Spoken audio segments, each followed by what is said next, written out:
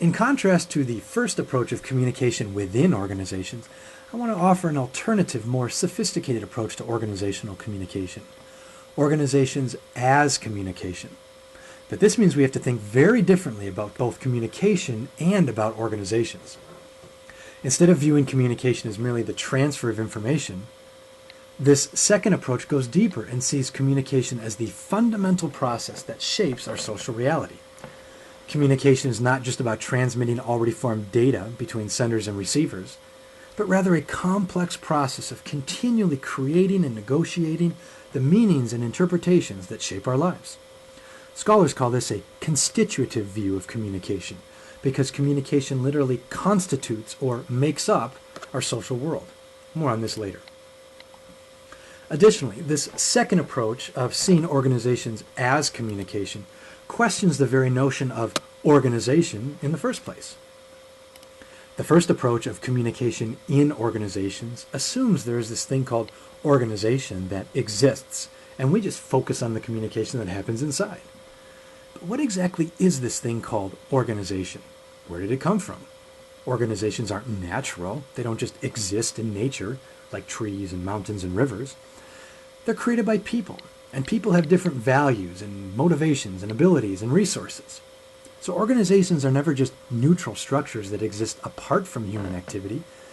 They are the visible manifestations of human activity, of communication.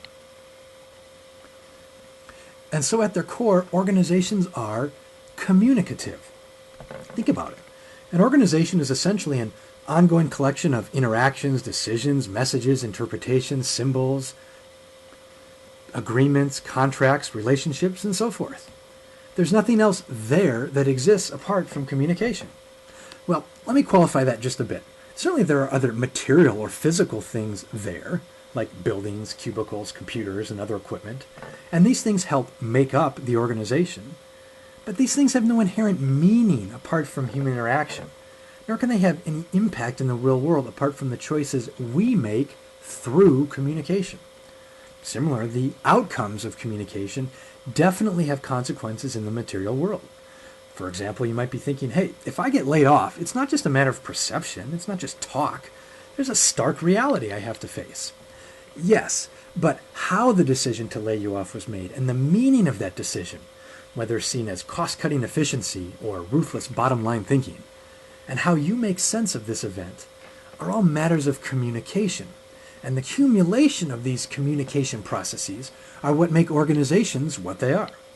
I'm not suggesting that organizations exist in an imaginary land of perceptions and symbols and wishful thinking, like the material world doesn't matter, it's all in your mind. No.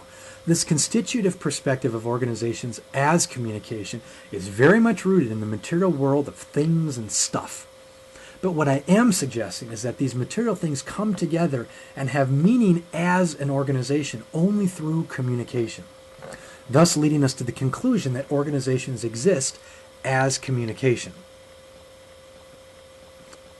And my argument is that the second approach, organizations as communication, is a much better perspective to guide our study of organizational communication. Now, of course, we need effective communication within organizations. That's a given. But if we limit ourselves to only this perspective, we miss important opportunities for deeper insights and understanding.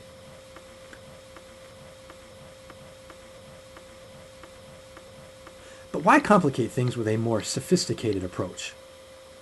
After all, conventions become conventional for good reason, and conventional views have a lot of practical value.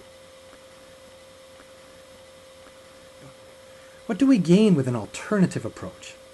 I'm sure by now there are some objections in favor of the conventional view of communication within organizations I described earlier.